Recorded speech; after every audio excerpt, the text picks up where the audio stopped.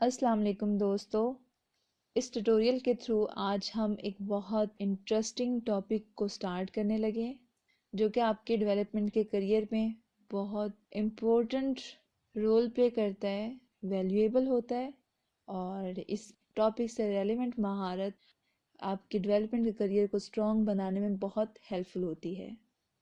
یہ ٹاپک ہے web security کا۔ اس ٹیوٹوریل میں ہم اپنے ویب سیکیورٹی کے ٹاپک کو سٹارٹ کرنے لگے ہیں۔ ویب سیکیورٹی یعنی ہم کیسے سیکیور ویب اپلیکیشنز بنا سکتے ہیں اور کس طرح سے ہم اپنی اپلیکیشنز، اپنے سسٹمز، اپنی ویب سائٹس کو زیادہ سے زیادہ سیکیور بنا کر ہیکرز کے اٹیک سے بچا سکتے ہیں۔ ویب سیکیورٹی کے بہت سے طریقے ہوتے ہیں، ان طریقوں کو ہم ون بائی ون دیکھیں گے۔ چلیے شروع کرتے ہیں اس کا پارٹ 1۔ ٹپ 1 ہے ویلیڈیٹ یوزر انپٹس، یعنی جو انپٹس یوزرز کے تھرو آ رہی ہیں کیا وہ ایکسپیکٹڈ فارمیٹ کو فالو کرتی ہیں۔ اس ٹپ کو فالو کرتے ہوئے ہم نے اس بات کو انشور کرنا ہوتا ہے کہ یوزرز جو ہیں صرف ایکسپیکٹڈ ٹائپ اور فارمیٹ میں ہی انپٹس دے سکتے ہیں، ٹھیک ہے۔ جتنا زیادہ آپ یوزر انپٹس پر چیکس لگائیں گے، ان کی ویلیڈیٹی کو دیکھیں گے، میئر کریں گے، اتنا ہی زیادہ آپ کی اپلیکیشن سیکیور ہوگی، کیونکہ یوزر انپٹس ایک بہت اہم رول پلے کر رہی ہوتی ہیں ہماری ویب اپلیکیشنز کی ہیکنگ میں۔ پروگرامرز کے لیے ایک فیوریبل بات یہ ہے کہ بہت سی languages built in filters provide کرتی ہیں، ان کو سپورٹ کرتی ہیں، جس کی وجہ سے ہمیں اپنی طرف سے بہت زیادہ کوڈ نہیں لکھنا پڑتا ہے یوزر انپٹس کی ویلیڈیشن کے لیے، اور بہت آسانی کے ساتھ ہم یوزر انپٹس کو ویلیڈیٹ کر سکتے ہیں۔ Tip 2، use prepared statements.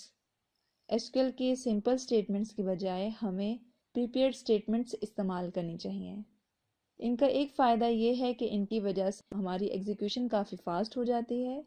اس کے علاوہ یہ statements S Q L injections کو اوائڈ کرنے میں بھی کافی ہیلپفل ہوتی ہیں۔ ٹپ 2 کا ہی سیکنڈ پارٹ یہ ہے کہ ہمیں پریپیئرڈ اسٹیٹمنٹس کو پراپرلی یوز کرنا ہے۔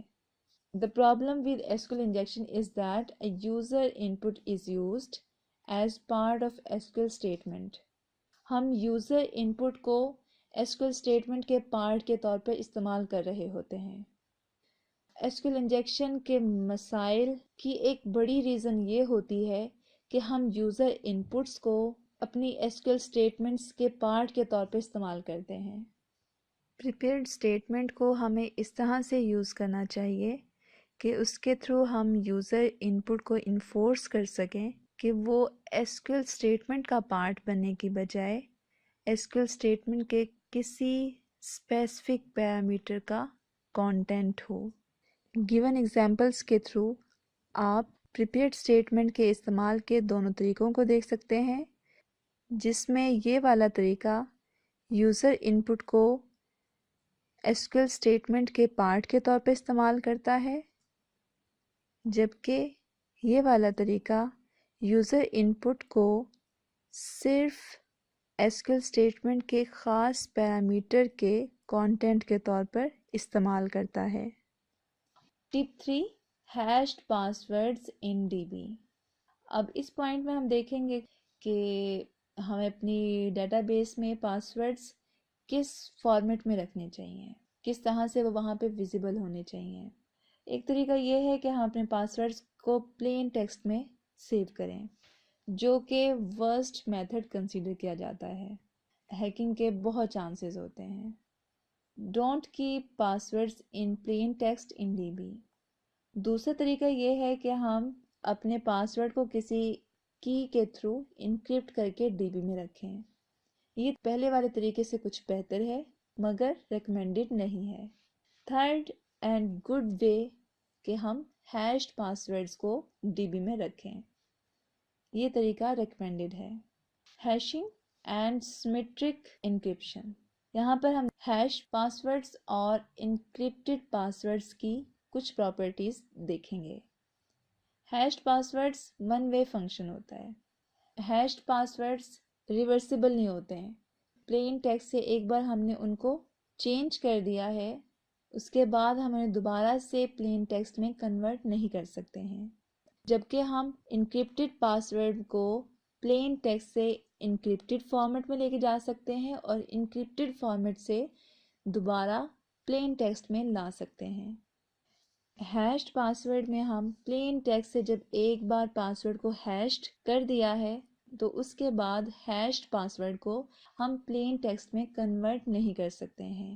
یہ کام آسان نہیں ہے، جبکہ انکرپٹڈ پاسورڈ کو انکرپشن کی ہمارے ہاتھ لگ جاتی ہے یا ہیکرز کے ہاتھ لگ جاتی ہے تو وہ بڑی آسانی کے ساتھ انکرپٹڈ پاسورڈز کو ڈیکرپٹ کر سکتے ہیں، بڑی آسانی سے انکرپٹڈ پاسورڈز کے پلین ٹیکسٹ حاصل کر سکتے ہیں۔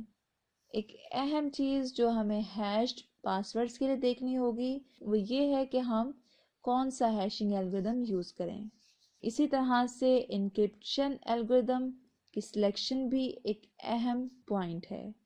کیا تمام ہیشنگ میتھڈز ایکولی گڈ ہوتے ہیں؟ نہیں، تمام ہیشنگ میتھڈز ایکولی گڈ نہیں ہوتے ہیں۔